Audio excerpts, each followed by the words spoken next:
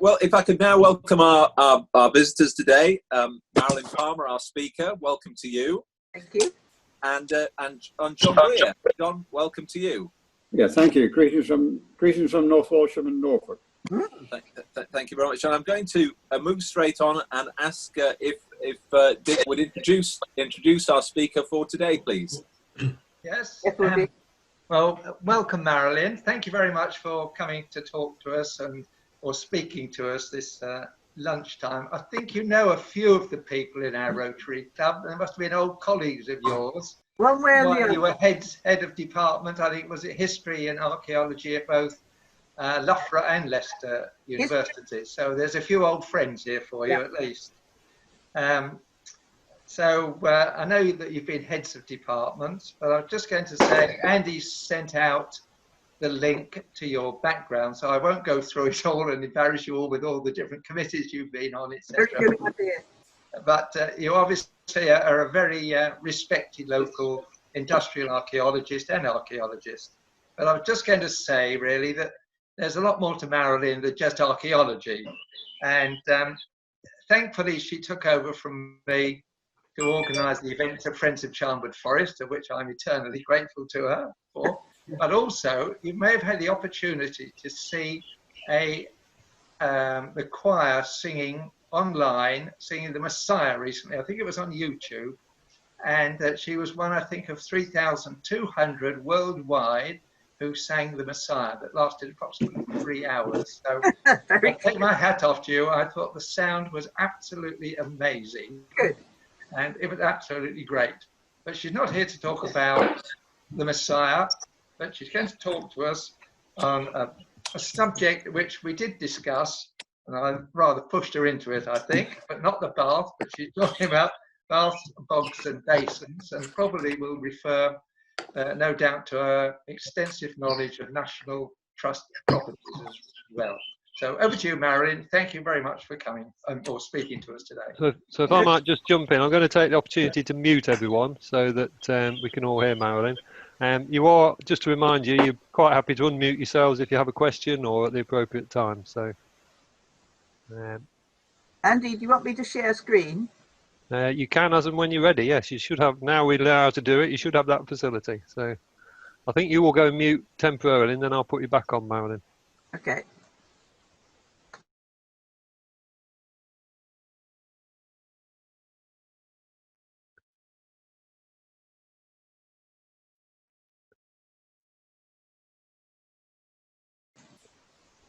Right. Andy, I've unmuted myself. Is that okay? That's fine. I think yes. I think my control didn't quite work there. So. Right. Can you all see this PowerPoint? Well, everyone else is muted, but I can tell you I can see it. So yes, it's all good. Just wondering if I can get rid of some of the thumbnails because it obscures my screen. I think you can drag them across your. If you just. Literally hold the, as you would normally do, hold the panel at the top and drag it across. You can move it where you want it. As is true of everyone else. Right, it's gone down the bottom now. Okay. Or you can minimise it as you with the standard controls. Can I? Oh, right. How do I minimise it? There's a panel on the top of it where there's the little dash. I've done it. I've got rid of them. Okay. Right.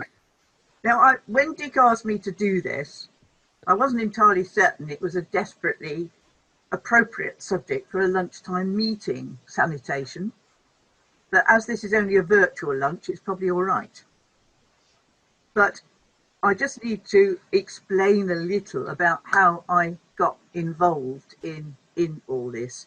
As Dick said, I'm an industrial archaeologist, but I've always had an interest in country houses, and I did 22 years on the National Trust's archaeology panel and a long time on the East Midlands National Trust Committee. So I got to know a lot of National Trust houses, and it always seemed to me that National Trust houses concentrated very much on their art and their architecture and all the rest of it. But a lot of people coming around in the last couple of decades are families, and families really wanted to know how people lived in these houses. I mean, that they're not just showpieces, they're places that people lived in. And so I began all this work in the 1990s. But when I retired from the University of Leicester in 2008, I was able to do a lot more work on this. And I used a colleague of mine, Ian West, or he was actually a PhD student of mine, and he was a gas engineer. So that was a great help because he had the technical knowledge that I didn't necessarily have. So we visited 100 properties across the UK, including Scotland and Northern Ireland, and not all National Trust ones, because the National Trust houses, if you think about it, are what you might call an accidental sample. So we visited a lot of privately owned houses, English heritage houses, and so on. And finally, in 2016, Historic England published this book you can see on screen now, on behalf of the National Trust. So if you like, it's a sort of joint publication.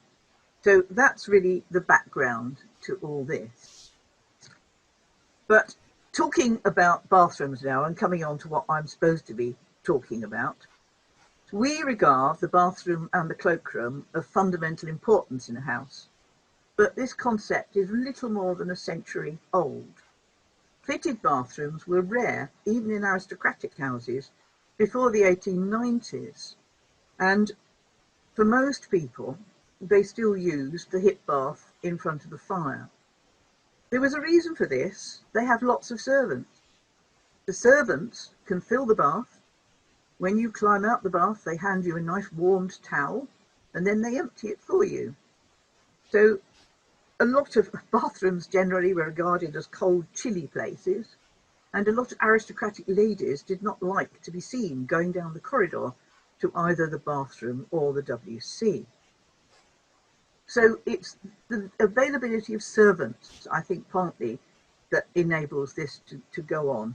But equally, it was very difficult to pump water before you get the development of reasonable pumps up to the second floor of houses, and also to pump hot water up there. It was easier to carry the water up, which is something I will come back to in a moment.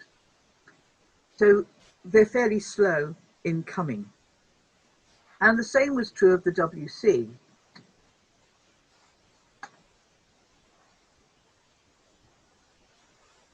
Right, it got stuck there for a minute. WCs and clothes stools, chamber pots, baths. Some country houses, when you go down the back stairs, which they have opened up to the public now, you can see the slop sluices that you can see here, which is where the housemaids would empty the contents of baths, and in some cases chamber pots, particularly I think this one, which has a proper slop sluice there. I'm not so certain what they did with this one, or otherwise they had to carry them all the way downstairs.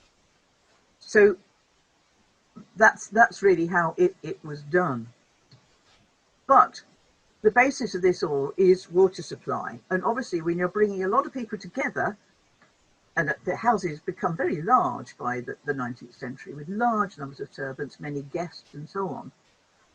Many houses collect rainwater in tanks in the roof or under the yard. And the advantage of rainwater is it's soft water. And so it was preferred for the laundry. It was also preferred for ladies' complexions.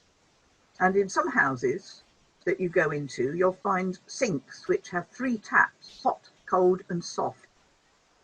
And you use the soft whether you were a lady washing your face or washing your smalls out, presumably.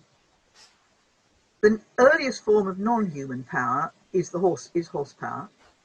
Then we move on to water power, and the hydraulic ram I'm not going to have time to deal with today, but that little device was universally used for pumping water by the late 19th century up to lakes and fountains and so on, of course, which were equally important to many country house owners.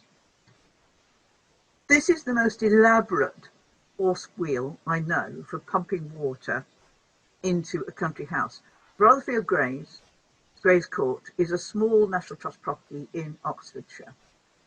And this wheel that you can see here dates back to the Tudor period. There are one or two more left around Britain, but this is the most complete. And the drawing you can see on your right was drawn by English Heritage staff. And if you're familiar with hamster wheels, I'm sure you'll appreciate how it works. You put a donkey or a small horse in there instead of the hamster, presumably with a bag of hay just out of reach so it starts walking.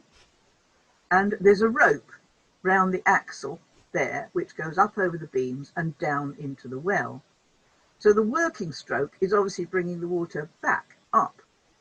And obviously the rope went the other way around the wheel, the bucket came up, and there was a little hook on the edge of the bucket which caught on the edge of that tank, and it tipped the water into the tank. And then the bucket rocketed down the well again. And from that tank, the water was fed by gravity into the house. Obviously, one thing missing here is a brake. Otherwise, you can imagine the bucket rocketing back down the well rather before it was meant to. So I think there's still quite a lot of mystery attached to this particular horse wheel at Rotherfield Grays, or at Grays Court. But it's really worth seeing. It is still there, and it's open to the public and well interpreted. The next stage is to use a water wheel to pump water up to the house. Now, water wheels were used for draining mines by the Romans, but by the 16th century, they were being used to raise water. There was one under London Bridge in the late 17th century, which drew water from the Thames up into London for a water supply, though given that all London sewage also went in the Thames, this probably wasn't a very good idea. But some country houses began to install these water wheels to pump water, and one of the first of them was Blenheim, as you can see here, in 1706.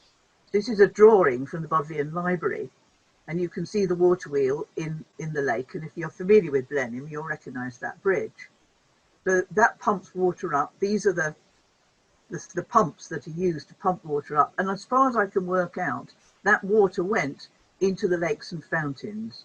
Doesn't really seem to have gone into the house, which was supplied by springs, and the water was, of course, lifted up by servants.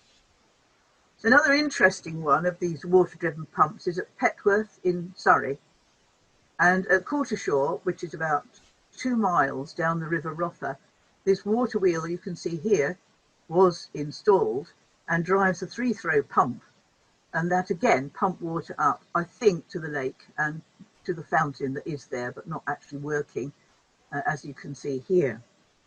So there's a lot of effort being made, therefore, to pump water up to these houses. The next development, the very sophisticated development, is undertaken by Sir William Armstrong, the hydraulic engineer working on Tyneside, where he used hydraulic equipment for lock gates, dock gates, and many other purposes. He built his country house at Cragside, his fishing lodge, as he called it, up near Rothbury, and from the 1860s he was pumping water around the estate. What he did was to collect water from springs around the estate in this tank here. It was pumped up to this tank, and then this hydraulic pump you can see here was installed in the 1860s, and that pumped this water up to a basin tank above the house itself, and again it was supplied by gravity into the house itself. This is far more advanced, of course, being Armstrong. And I mean, Armstrong, as you probably know, is the first to introduce electricity, hydroelectricity, into country houses, and also the first to use the Swan electric incandescent light bulb, because Joseph Swan was a friend of his. So Cragside is really the place to go to study all this, where the National Trust have developed this to a very great extent. So water supply is really a key to both bathrooms and, of course, to sanitation.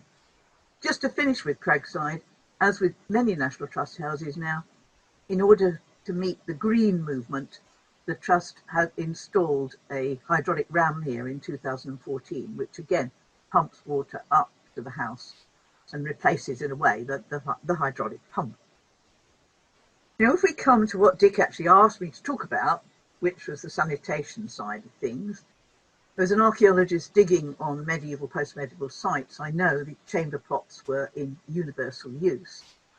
Closed stalls was the posh version, where the chamber pot was in the middle of the closed stall, and you could shut it down when you're not using it. But of course, both, as I said earlier, have to be emptied by servants. So that works well, as long as you have the servants to do it. Strangely enough, flushing toilets were introduced into stately homes long before the bathroom. And the first lavatory with working parts, as I hope you can see here on this slide, was actually developed in the reign of Queen Elizabeth I by Sir John Harrington. We don't know a great deal about this, but documentary evidence shows that flushing toilets were introduced certainly into Chatsworth and into Holcombe Hall, where the documentary evidence survives very well. And Thomas Cook, or Coke, built that house and very much developed it in the 1730s. So we know that they did have some flushing toilets. But generally, it's the outdoor earth closet, it's the chamber pot that are most commonly in use. And I won't go into how this works, but I think if you can work it out with ladies with full skirts, the urinal, their type of urinal must have been quite useful in many ways. The toilet that became most popular in the late 18th, well into the 19th century, was not developed by Thomas Crapper. Whatever people think, it wasn't. It was developed by Alexander Cummings. This is more or less his design, and it incorporated a sliding valve down here, which you could move, obviously, by pulling that up. So you emptied the basin of the toilet. This was improved on by Joseph Bramah, oh sorry, I'm going to sneeze, the hydraulic engineer in the 1740s. He was a carpenter, really, a cabinet maker by trade, and it was his job to put these things into wooden surrounds. Just to reassure you, you did not have to sit on that. That would have been incredibly uncomfortable. But as you can see, this valve closet, as we call them, was usually installed in a nice wooden seat.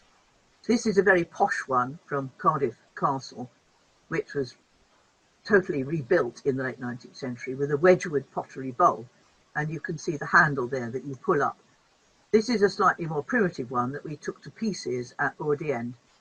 But you can see that by the 19th century, instead of using a metal basin here, he's using pottery basins, but the principle really is still the same. And these remain the most popular toilets right through until the late 19th century.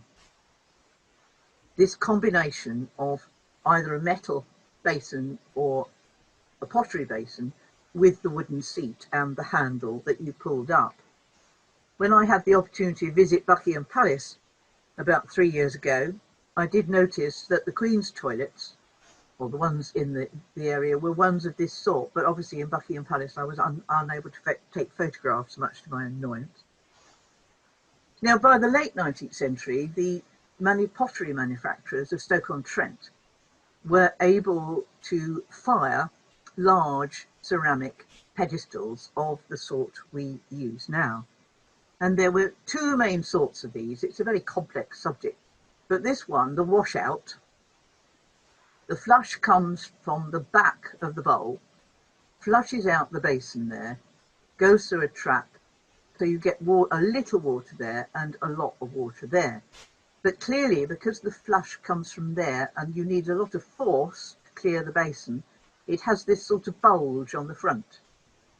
And that's what we call the washout closet, because it does wash out.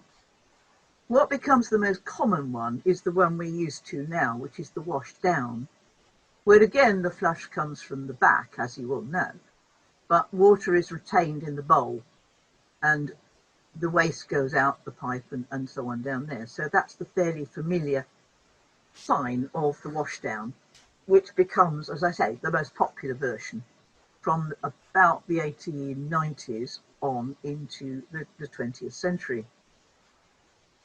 They come, the Victorian and early Edwardian was to have them as decorative as possible. You can see this washout here with its bulge at the front, which I photographed at Saltram House in Devon.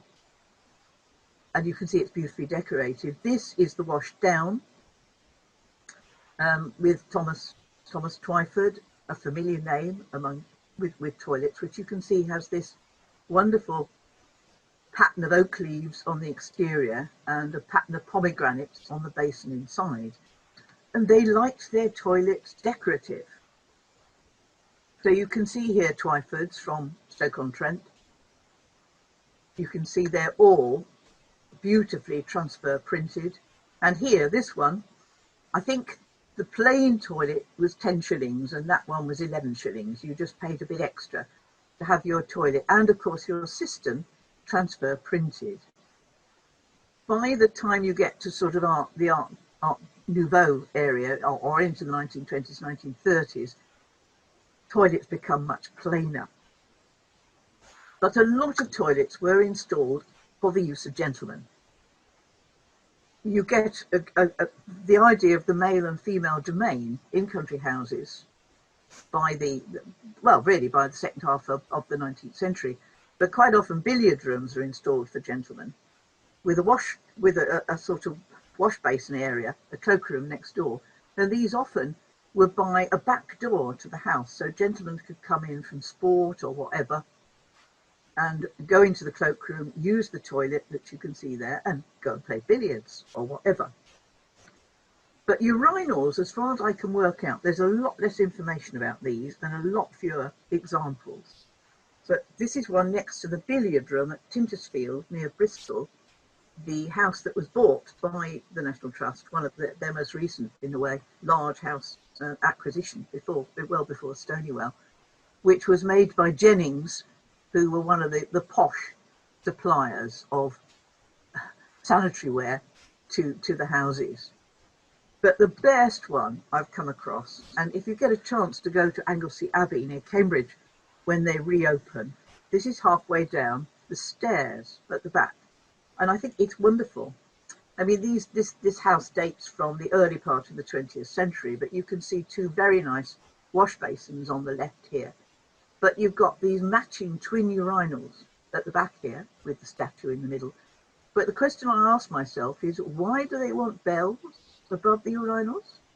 Is it to summon a toilet roll or whatever? But do have a look at those if you can get to Anglesey Abbey once lockdown ceases.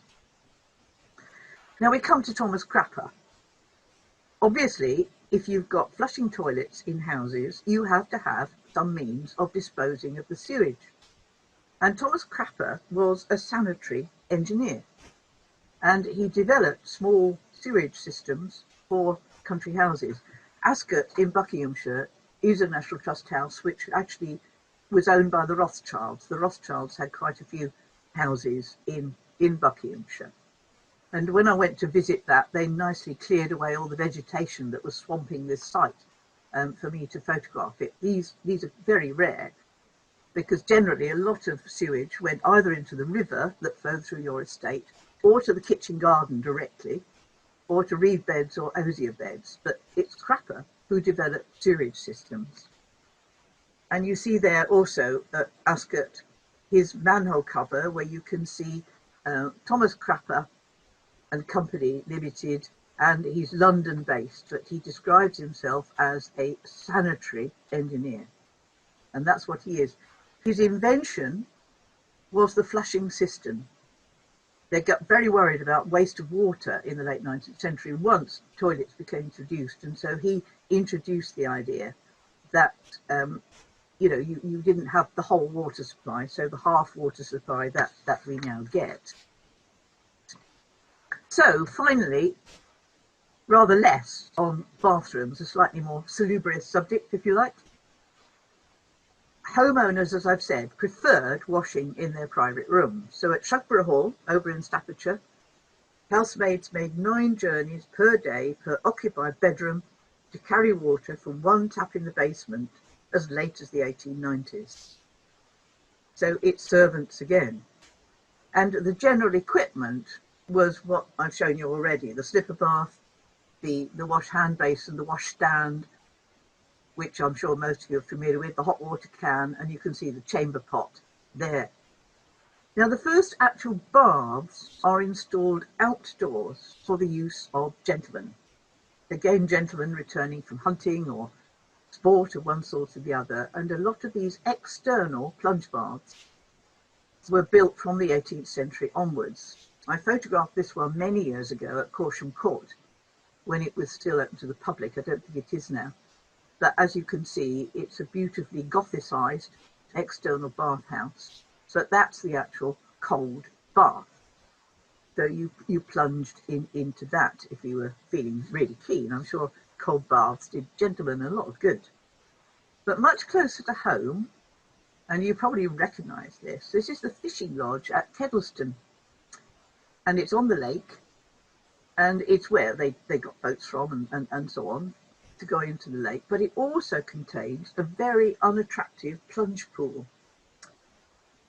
I don't think many people get into this, but that is the plunge pool that you are supposed to plunge into. Very small, and it didn't strike me as a very exciting experience, but that was the idea of the cold plunge bath for gentlemen.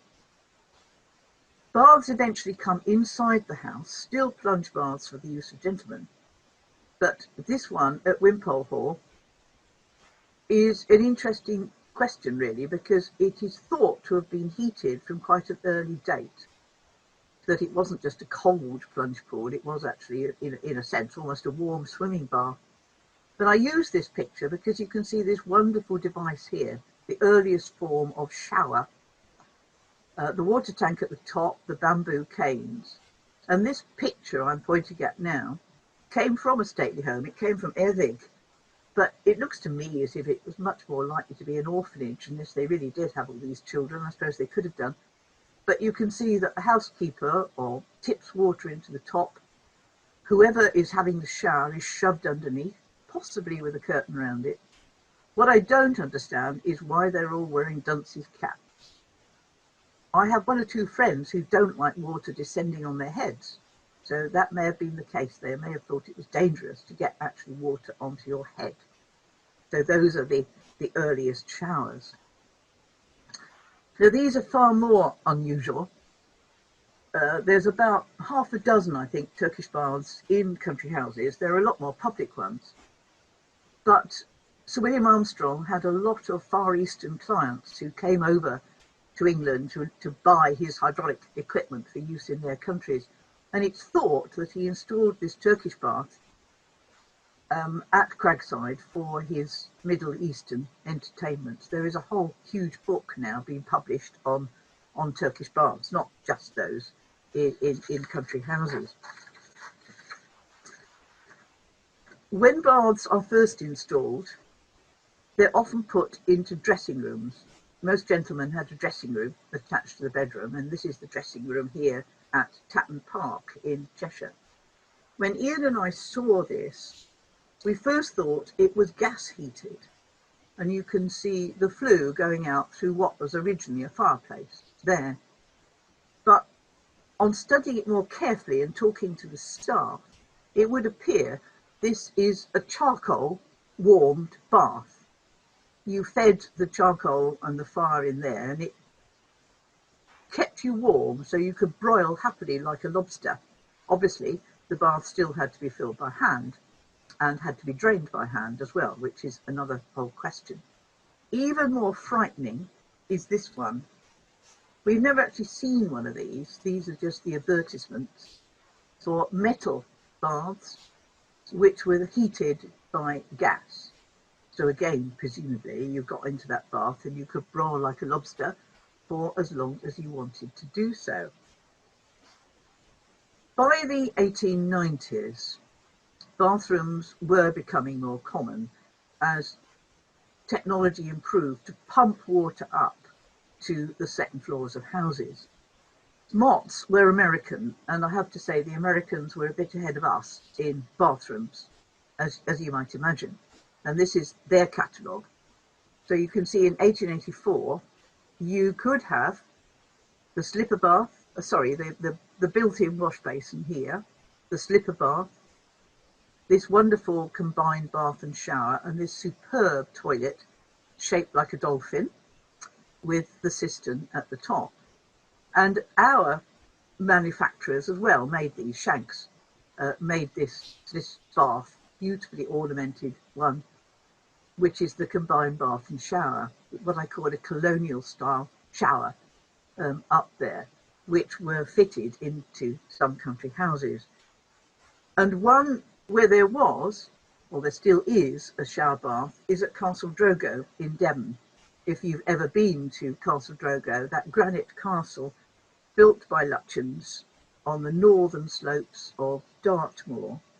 It was built for Julius Drew, who made his fortune starting the home and colonial stores. And it was so popular that he was able to retire in his early 30s, and he commissioned Lutyens to build him this great granite castle, which has been under renovation, to my knowledge, for the last 6 years, because Lutyens told him that this great granite edifice would leak, and it does. So they've had to renew the roof. But while Castle Drogo was being built, he did spend some time in hotels. And I think hotels were beginning to be equipped with these sorts of baths. So he had a couple installed in Castle Drogo. And as you can see, it's exactly like that Shanks one, except it's a Jennings one, with that shower overhead there, the controls, but the bath itself. And of course, these are becoming popular again. One can buy combined baths and showers. And just 2 slides to finish with. This is the most elaborate bathroom in a stately home I have yet been into. Vogue reported in 1935 that bathrooms nowadays look more expensive than any rooms in the house. And I think their reporter must have visited here. This is Eltham Palace on the outskirts of London. Originally a palace of the Bishop of London. Much of it was in ruins, but much of it was bought by Virginia and Stephen Courtauld in the late 1920s. They were the ones who made their money in textiles, mostly down in Essex. And of course, Stephen Courtauld founded then the Courtauld Institute. So they clearly have an interest in art as well. But Virginia Courtauld was very much a socialite, and she commissioned this bathroom by Peter Malacreda, one of their designers. And as you can see, whoops, I didn't mean to do that. It's a marble bath, superb marble bath. It has gold-plated taps, a statue of Psyche, gold leaf here, gold mosaic behind it, and that was her very, very luxurious bathroom. I've done quite a lot of work for English Heritage at Eltham Palace, and they did have a very good hot water supply. Otherwise, using bathrooms like this would have been impossible.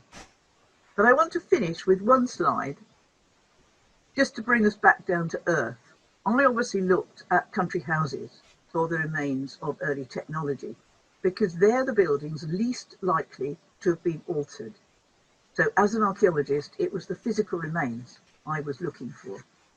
Most middle-class houses and working-class houses have been gutted in the 20th and again in the 21st century. So the physical evidence doesn't survive there, and most of our evidence is photographic. Now, this photograph of a working-class house comes from Sutton in Ashfield, I think it is. But clearly it's the 1950s, isn't it? If you look at the television, I'm sure someone can tell me what sort of date that is, coronation time. But the tin bath in front of the fire remained universal right through, in many cases, until the latter part of the 20th century, particularly in houses associated with miners and so on. The water is heated on the range. You can see the kettle there. They could store water quite often in a tank alongside. So if you've read all your D.H. Lawrence and so on, you shared this every Friday night, Saturday night. Someone got in first, somebody else then got in, but clearly it's got to be filled and emptied. So that's really just to bring us down to earth in order to come back to the mundane from the very spectacular of Courtauld Palace. So that's really all I've got to say. And I hope that if you have any questions, you'll be able to ask me them. So Andy, I will now stop screen sharing, I hope.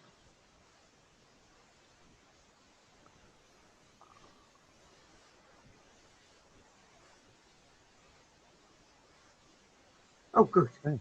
Oh, Well, took a bit of time to get out of that. thank you very much for that, Marilyn. I've certainly got some questions, but perhaps I want to hand over to our president, who might wish to invite questions from the members. I think Yeah, Marilyn, that was absolutely fascinating. And can I just say that a long time ago, I visited Cragside when I had with 4 young children, and unfortunately, wasn't able to do the place justice because I had 4 children who weren't that interested. But it's the most fascinating place if you haven't visited. And my wife and I are determined to visit it again and do it justice. Anyway, can I ask if anyone has any questions of Marilyn, please? I think they're all. Yeah. Andy, I'll start with you, Andy. As you mentioned, you had one right at the beginning. Well, thank you. Yeah, I mean, fascinating talk. I mean, clearly the whole subject around bathing and washing is consequent upon or dependent upon the quality of water supply. And clearly some of these houses had an advantage in that, but of course most people, I guess, had a fairly let's just say questionable supply of water for washing with, probably in many places. And am I right in thinking, I mean, I seem to have picked this up from somewhere, that actually bathing and washing in that way was seen as relatively unhealthy until quite recently? Yes, I've read that too, Andy, that was the case. But, you know, whether it's chicken and egg, whether they decide it's not healthy to bathe because they don't want to waste the water. I mean, getting the water was a major problem, wasn't it? But, well, absolutely. I mean, certainly young people these days, I was something on the radio the other day talking about environment and conservation and saying that, you know, it's fairly normal now for teenagers to think 4 showers a day is you know, the normal procedure. Whereas at one time, of course, you wouldn't have a bath for probably once a month. Yeah, very true. But if they're having 4 showers a day, that could have big problems for Britain's water supply. Yes, and they're obviously not paying the water bill. Peter, did you have a question? Yes, thank you, Marilyn. That was really interesting. Presumably, you were invited along by National Trust and English Heritage to study these. Do you ever get the opportunity to go into the more private houses that don't belong to these organisations? Oh, yes. I mean, quite a lot of the book is concerned with the houses that are open to the public generally, like Holcombe Hall, which is not National Trust. You know, quite a few of the houses. So yes, we developed quite a network of contacting people and asking if we could come. And in some ways, the houses that are privately owned have been more adventurous, I think, in showing off their domestic technology than some of the National Trust houses. The National Trust are not that keen. They prefer people, I think, to look at the paintings and the architecture. Whereas Holcombe Hall, Brosworth, which is an English heritage property, that was also very keen on all this. So we visited quite a lot of private houses, but unfortunately, you know, not those that were not open to the public. There's an awful lot of more work could be done on all this, but it's the houses that were taken over by public bodies in the 1950s, 1960s that have retained this. Because clearly after the First World War, even after the Depression of the 1870s, it was much more difficult for landowners to find the money to renovate their houses. And so they stuck with what they got. And obviously, once they lose a lot of servants during the First World War, they have to think about technology. But nevertheless, they're skint. If you think how many stately homes actually became schools, lunatic asylums, offices in the first half of the 20th century, that was the problem. Good. Thank you very much. Thanks. Any other questions, please? Oh, I can't see all the screens, but I think, oh, David Holland, you'll have to switch your microphone on, David. You're muted at the moment. How's that? That's much better. Thanks, Marilyn. Just to confirm what John was saying about Cragside, I've visited this place many times. Fortunately, a son has a country cottage in the area, and we tend to get there quite often. But not only should everybody go to Cragside, but it's fascinating from an engineering point of view, just the scale of the place. The place is built on a slopey site. The car tour that you can do around the outskirts takes at least 20 minutes, and the place is very famous for its rhododendron. So late spring, mid-late spring is a great time to go. But the thing that fascinated me was the pumping technology you mentioned. It's the sheer distances that the water was actually moved. The place is absolutely, not the building, but the site itself is huge. And it's quite a walk from where the pumping station, it's quite a walk to the house, and it's all uphill at about 50-degree gradient. So it's a lovely place. Everybody must go to Cragside, and it's National Trust property, and it's very well looked after. As soon as they reopen, that's probably the answer. If you do go there, it's really worth going to the kitchen garden, which is a long way from the house. Yeah. It's Armstrong, because he developed hydraulic engineering, but also he developed gun turrets, and he was used to ball bearings. So in his greenhouses, all his orange pots are put on bases with ball bearings so they could be turned into the sun. And he also designed the little railway, inevitably, that the orange pots could be trundled out every morning and trundled back in at night.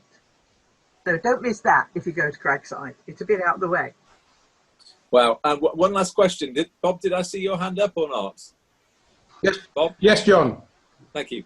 Marilyn, some years ago visited Orford Castle on the coast of Suffolk near Loughborough. And I remember from the audio guide, when we went into the Chamberlain's chamber, there was a downward sloping hole through the outer wall of the castle, about groin height, which was obviously to save Chamberlain having to go down the stairs when he needed to. Was this fairly common? Well, yes. Whenever you go into a castle, you see the garderobe, as it's called. Yeah. And with any luck, the waste product shot into the moat. Oh, okay. Thank you. Lovely. Well, thank you very much, Marion. I know Rotarian Poise has just recently built a stately home and has been giving tours prior to lockdown. But I'm not sure whether I saw a metal bath installed there. But perhaps that's a question for later. Can I now call on David Walker to give our vote of thanks to Marilyn, please? With your microphone on, David, preferably. Good idea. Marilyn, thank you very much indeed. That was an amazing tour of a very important aspect of the development of our civilization and the way in which bathrooms have moved on to be something to show off, as well as being somewhere for convenience. And you covered an enormous range.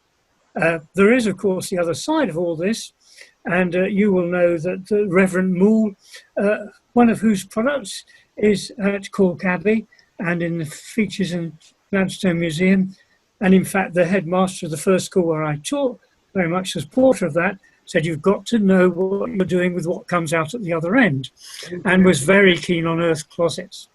But the bathrooms themselves were fascinating, and you gave us a wonderful survey of the way in which they have developed, and I've seen many of them in National Trust properties. Thank you very much indeed for that wonderful survey. Thank you. Thank you very much, David. Thank you.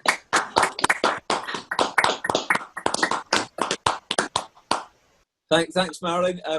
You're welcome to stay. We're going to carry on with some club business, and you can sign off or stay on as you wish. Well, I've been up a very long time today, because I had to do my click and collect grocery order at 7:30 this morning. Wow. Okay. I might leave. Right. Thank you very much again. Thanks. Okay, thank you. Have a shower. You would.